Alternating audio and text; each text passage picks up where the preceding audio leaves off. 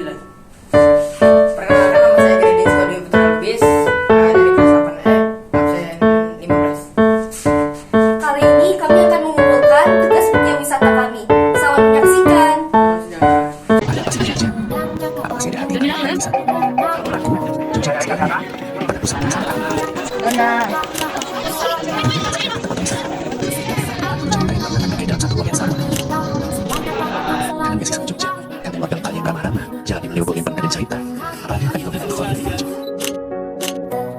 Tapi kini karena Jogja, aku tahu bahwa tempat hatiku sebenarnya bukan hanya di salah satu warga. Ia sendiri menjadi anakku saja. Hai teman-teman, kami sedang berada di tempat budidaya lebah dan tanaman obat. Di sini kami sedang sampai di budidaya lebah Alusna. Kami mengetahui proses rapat buatan hadir yang mengenali tanaman herbal bagi teman-teman serta mengetahui fakta tentang herbal. Halo teman-teman, di sini ada tanaman obat mangkokan atau bisa dipanggil dengan Persias sclerotia. Daun dari tumbuhan ini berbentuk seperti mangkok, makanya dinamakan tumbuhan mangkokan. Daunnya berwarna hijau pekat, tinggi batang tanaman mangkokan yang kami deskripsikan kira-kira mencapai 150 cm lebih. Namun tentunya setiap tinggi tanaman mangkokan pasti berbeda. Tanaman ini juga tidak memiliki bunga. Manfaat dari tanaman ini adalah kesehatan tulang, ibu rambut, kesehatan mata, mencegah BAB dan BAK, dan melancarkan sirkulasi darah dan lain-lain. Ini merupakan tanaman obat bengkok atau memiliki bahasa ilmiah Juniper montanum. Tanaman obat ini memiliki daun hidup dengan daun pandan. Daunnya berwarna hijau pucat. Tinggi batang tanaman bengkok yang kami deskripsikan ini sekitar 120 cm. Tapi tinggi batang setiap tanaman ini pasti berbeda. Tanaman obat bengkok ini tidak menghasilkan bunga, melainkan menghasilkan jahe yang memiliki banyak sekali manfaat. Di antara lainnya mencegah demam, melancarkan pencernaan, mencegah rematik, mencegah migrain, mencegah cacingan, sebagai antibakteri, antioksidan, dan masih banyak manfaat lainnya. Di sini ada tanaman garu yang bahasa ilmiahnya adalah Aquilaria malachensis. Daun ini berbentuk lonjong dengan ujung meruncing. Garu berbunga dan telah berumur 5-6 tahun. Tinggi tanaman garu sekitar 50 cm. Warna permukaan di atas daun garu berwarna hijau tua dan permukaan bawah warna hijaunya lebih muda. Berikut adalah manfaat-manfaatnya: mencegah diabetes, stroke, kanker prostat, asma, tiroid, difungsi seksual, detoksifikasi, hipertensi, mabuk, insomnia, sembelit, dan masih banyak lagi manfaatnya.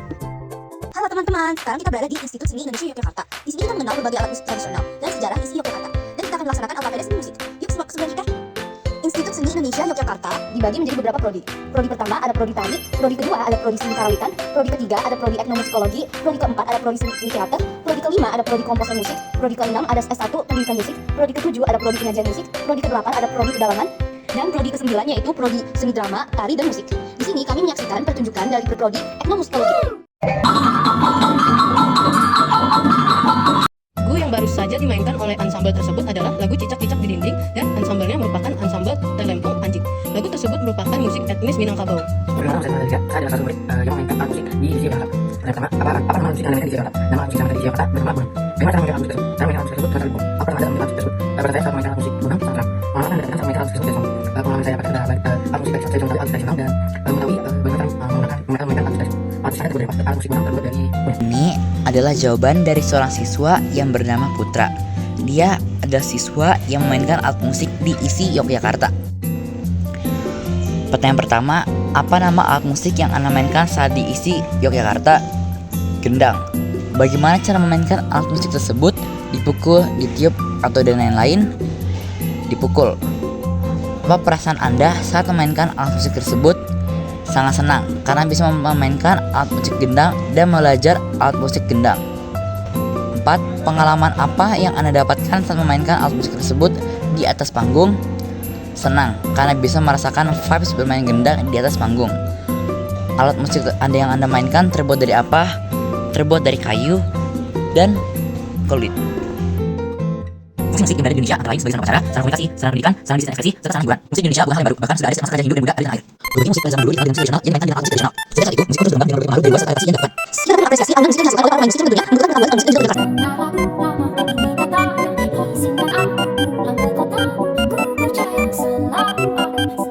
Taman Petani Jakarta merupakan wahana wisata yang terdapat di pusat kota Jogja, tepatnya di kawasan Medan Federberg. Taman ini memadukan tempat wisata, rekreasi maupun edukasi. Peraga laser. Alat peraga laser ini memiliki cara kerja yang unik, yaitu memantulkan cahaya.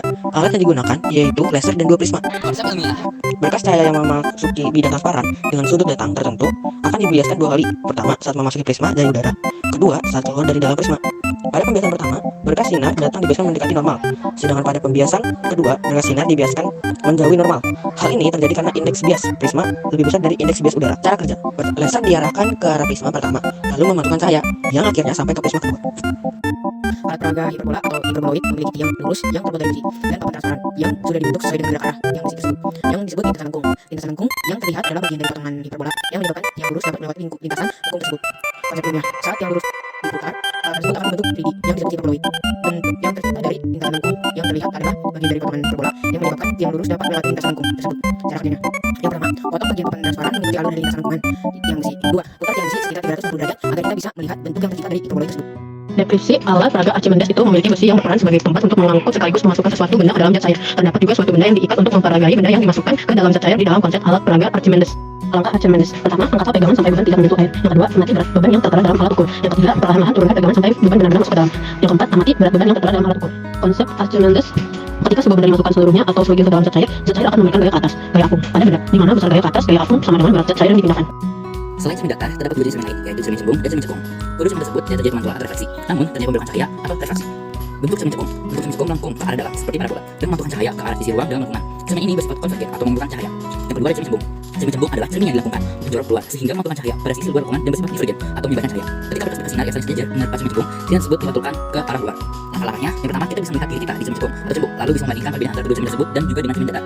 Terdapat beberapa alat optik yang didasarkan oleh pembiasan dan pemantulan cahaya, contohnya seperti kamera, proyektor, mikroskop, teleskop, spion, dan lain-lain. Konsep ilmiah: beda cahaya yang menerpa cermin dengan arah sejajar terdapat di sumbu utama akan terpantau seluruhnya melalui sel titik yang disebut titik fokus. Jarak fokus tergantung pada perlakuan cermin. Cermin yang sangat lengkung berjarak fokus pendek menghasilkan daya pembesaran yang kuat. Bayangan objek yang dihasilkan bersifat nyata atau maya. Apabila bayangan bersifat nyata, maka bayangan tersebut selalu terbalik. Namun jika bayangan bersifat maya, maka bayangan tersebut selalu tegak dan diperbesar. Titik fokus dari cermin cembung terletak di belakang cermin dan titik fokus tersebut menjadi sumber semu dari sinar pantulan. Makin pendek jarak fokus, mengikuti bayangan pantulan. Bayangan yang terbentuk selalu bersifat maya, tegak dan kecil. Saat kami melakukan simulator gempa bumi, kami merasakan getaran dan juga goyangan yang sama persis, seperti saat kami merasakan gempa bumi yang asli. Dalam video tersebut terdapat deskripsi dari para ilmuwan yang terkenal. Mereka dapat dinding yang berbentuk panjang. Video tersebut bisa disebut karena bentuk ukuran dan volume sama. Di dalam foto tersebut terdapat lingkaran dan persegi. Di dalam lingkaran terdapat persegi. Kita dapat melihat persegi di dalam lingkaran seperti melengkung. Kita dapat melihat persegi tersebut dimasukkan ke dalam lingkaran dan hal ini dinamakan ilusi. Di dalam foto tersebut, gambar prajurit yang ada besarnya sama. Gambar prajurit tersebut bisa disebut kongruent karena mereka semua sama. Ini disebut ilusi karena gambar diambil dari bawah. Akan selalu berlari hingga kini masih selalu menanti-nanti. Benteng Frederiksberg merupakan salah satu bangunan yang menjadi saksi bisu peristiwa-peristiwa bersejarah yang terjadi di Yogyakarta semenjak pemerintahan kolonial Belanda masuk ke Yogyakarta. Asal-usul Benteng Frederiksberg. Benteng Frederiksberg adalah salah satu museum di Indonesia yang terletak di Yogyakarta. Dilestari pada tahun 17 atas pemerintahan Belanda, Hamengkubuwono pertama membangun sebuah benteng yang sederhana berbentuk 7 sangkar. Kemudian proses penyempurnaan bangunan jadi beton melalui 2 tahap yang terjadi pada tahun 1765 dan pada tahun 1767. Proses pembangunan pada saat itu sangat lambat, sehingga setelah 20 tahun bangunan benteng itu baru selesai. Setelah selesai bangunan benteng diberi nama Rustenburg dan berarti benteng peristirahatan. Pada tahun 1811, benteng dikuasai oleh Inggris di bawah pimpinan Letnan Gubernur Thomas SR. Namun dalam waktu yang sangat singkat, tepatnya setelah 5 tahun, Belanda dapat mengambil alih kembali pada tahun 1867 di Jakarta. Gempa yang sangat dahsyat sehingga membuka sebagian besar bangunan Frederiksberg. Setelah itu, bangunan benteng diperbaiki dan berganti nama menjadi benteng Frederiksberg, yang berarti benteng perdamaian. Nah, nama ini diambil dari antara kesultanan Yogyakarta di rakyat Belanda yang tidak saling menyerang pada saat itu. Kemudian setelah Belanda menyerang pada Jepang pada tahun 1942, benteng jadi kamar katedral oleh Jepang. Pada masa kemerdekaan penanganan benteng Frederiksberg diserahkan pada istana Indonesia. Pada masa anneksi militer kedua, Belanda datang mengambil alih kembali. Selanjutnya benteng Frederiksberg digunakan sebagai markas Belanda pada tanggal 1 Maret 1949 yang dikenal sebagai serangan umum 1 Maret. Benteng Frederiksberg direbut kembali oleh pejuang kemerdekaan. Dan tak lama benteng dijadikan markas satuan tempur yang disebut Bak Batalion 40. Kemudian pada tahun 1992 benteng Frederiksberg resmi dijadikan museum saat ini. Oleh Kepulauan 9 dan Dr. Daud Yusuf, dua tokoh dibalik benteng Frederiksberg untuk dijadikan museum saat itu ada 2 tokoh lagi, yaitu Dr. Nugroho dan Dr. Fuad Hasan. Pada saat itu juga museum resmi dijadikan tempat jaga budaya seperti saat ini. Mendestruksikan benda-benda beserta perannya pada masa kolonialisme dan imperialisme di dalam Museum Benteng Frederiksberg.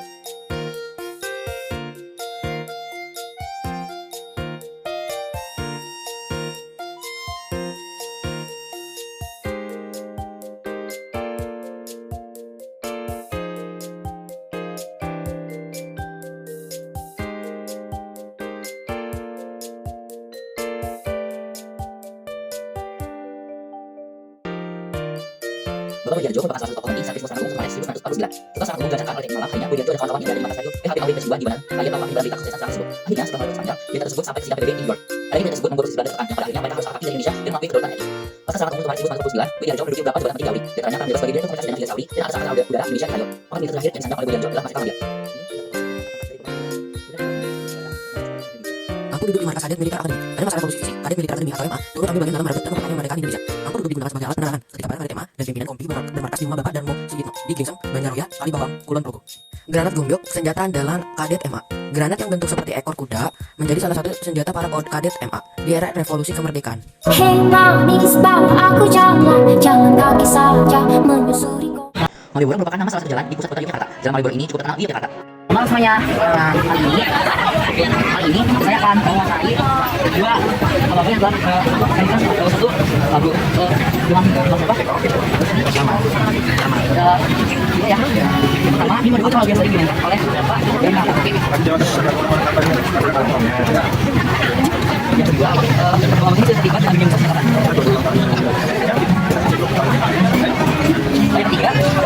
ingin melanjutkan karir dunia musik atau apa ingin menjadi cukup saja untuk mengatakan untuk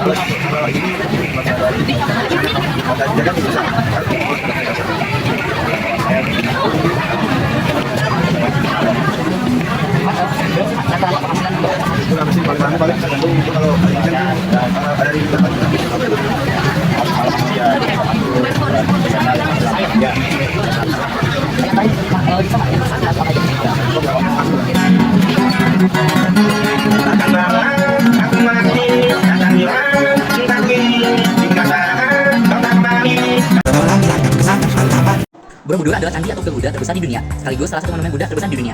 KPD IPSA mendeskripsikan salah satu relik di Borobudur.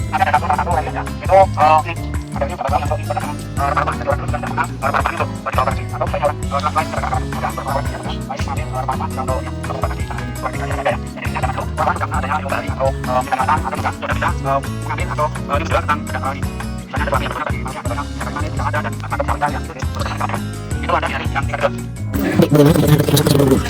Kita harus jelaskan tidak perlu ikut orang. Tetapi yang terakhir itu dikatakan buruk ya jawabannya. Tetapi ketika ada hari ini dikatakan berarti hanya 1.200 orang. Kemudian kerjanya itu sekitar 50 orang yang saat itu. Tetapi itu anak sekolah nanti tidak ada tapi masih pertimbangan karena orang tidak tapi dia berikannya. Bagaimana pengaruh keberadaan di Borobudur terhadap kehidupan sosial dan ekonomi sekitar? Karena tadi itu kembali lagi adalah tadi yang dasar. Sekarang kita tidak perlu lagi adalah untuk nama ini untuk yang istilahnya untuk promosi supaya orang-orang datang ke Borobudur sementara perwisata juga disediakan ada nanti boleh ada mata banyak kita bisa berjalan di sini. Ini berpenting untuk promosi tempat keadilan akan aman di tempat perjalanan yang banyak dan berjalan dan sebagainya. Bebatuan ini yang berada di Candi Borobudur berbentuk persegi panjang dan bisa disebut kongruen karena ukuran dan bentuknya sama. Di sini terdapat beberapa relief yang berbeda-beda dan unik. Relief tersebut menunjukkan beberapa peristiwa sejarah. Relief tersebut berada di dalam bingkai yang kongruen. Candi Prambanan disusun rapi oleh batuan kongruen di atas sama lainnya. Batu tersebut ada yang bergelombang, segitiga, dan lain-lain. Candi Borobudur terdiri dari 2 juta buah batu. Candi Borobudur memiliki keliling sebesar 121 kali 121 meter. Volume Candi Borobudur itu sekitaran 55.000 meter atau lebih. Candi Prambanan merupakan candi Hindu terbesar di Indonesia yang dibangun pada abad ke-9 Masehi. Candi Prambanan cukup terkenal di Indonesia. KPD tes mendeskripsikan lokasi absolut dan relatif Candi Prambanan. Lokasi absolut Candi Prambanan adalah 7, 75, 17, 41, 110, 49, 12, 11. Candi Prambanan memiliki lokasi relatif yang beramat di Jalan Raya Solo, Jakarta. Nomor 16, Kalang, Bukando, Kabupaten Prambanan, Kabupaten Sleman, daerah Istimewa Jogja. Dek, apa saja upacara ritual yang diadakan di Candi Prambanan? Prambanan ini menjadi sejak 1,5 tahun menjadi active temple, artinya candi yang digunakan lagi. Yang sebelumnya sudah menjadi dead monument atau monumen yang mati hanya untuk kunjungan. Maka karena candi ini besar dan sangat berpotensi digunakan untuk umat Hindu, digunakan lagi. Sehari ada 3 kali upacara pemujaan kepada Dewa Siwa. Sehari 3 kali, jam 9, jam 12, dan jam 4 sore. Kemudian ada upacara-upacara besar yang dilakukan di Prambanan, yaitu upacara 1 hari sebelum Nyepi. Upacaranya Nyepi, tapi perayaannya 1 hari sebelum Nyepi, namanya upacara Tawur Agung atau pembersihan diri secara spiritual. Ada juga upacara yang namanya Galungan dan Kuningan, ya, Galungan dan Kuningan, serta ada lagi Siwaratri. Siwa itu artinya dewa yang besar, yang di tengah itu candinya. Ratri itu artinya malam, jadi pemujaan Dewa Siwa di malam hari. Kemudian ada cerita, ada pemujaan juga sekarang namanya Abhiseka. Abhiseka itu belum lama ya, Abhiseka itu baru dilakukan 5 kali selama ini. Abhiseka artinya pensucian candi atau pembersihan candi dengan air suci disiramkan mengelilingi candi. Nah, itu upacara-upacara yang ada di Candi Prambanan. Tapi karena sekarang bebas untuk upacaranya ada tambah lagi, yaitu Hari Saraswati. Saraswati itu istrinya Dewa Brahma atau hari pendidikan, ya, hari pendidikan dalam agama Hindu, Dewi Saraswati. Ada lagi upacara namanya tilem. Tilem itu bahasa Jawa artinya apa?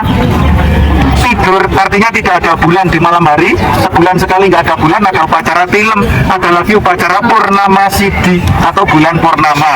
Jadi perayaan-perayaan di Prambanan sekarang sangat bebas dan banyak sekali karena Prambanan menjadi active temple. Yang dulunya apa?